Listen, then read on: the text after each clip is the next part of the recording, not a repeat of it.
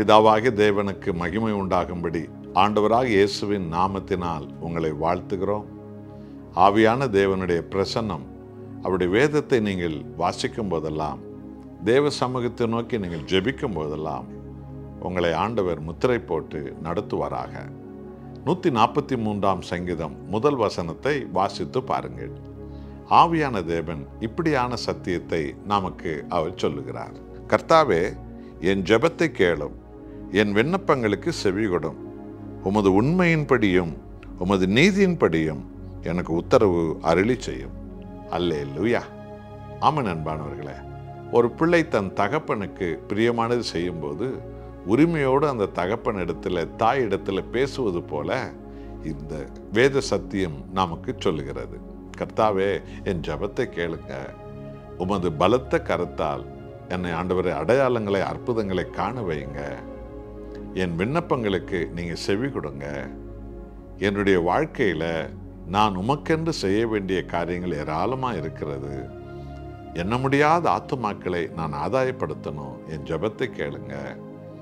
எதிரிகளை நான் ஜெயிக்கணும். ஆகவே அந்த வல்லமைகளை மேற்கொள்ள எனக்கு அபிஷேகத்தை தாங்க.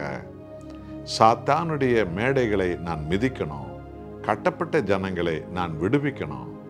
ஆகவே அந்த அற்புதங்களை நான் நிறைவேற்றிக் கொள்ள அபிஷேகத்தை எனக்கு தாருங்க.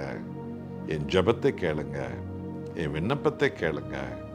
எல்லாவற்றையும் இயேசுவின் நாமத்தில் எனக்கு நீர் பரிபூர்ணமாக நிறைவேற்றுகிற தேவன் என்று உரிமையோடு தேவனுடைய சமூகத்தில் ஜெபிக்கிற அந்த சத்தியம்.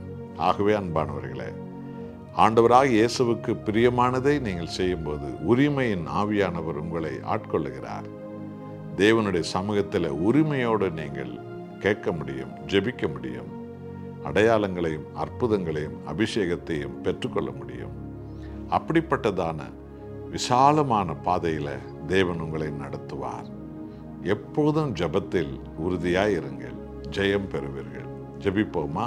அன்புள்ள நேசரே, என் ஜெபத்தை கேளும், என் விண்ணப்பங்களுக்கு செவி கொடும்.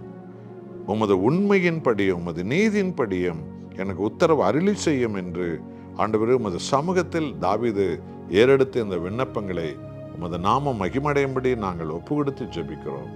இயேசுவால் ரட்சிக்கப்பட்ட உமது ஜனங்களுடைய ஜெபத்தை நீர் கேட்கிற தேவன், விண்ணப்பங்களுக்கு செவி கொடுக்கிற தேவன்.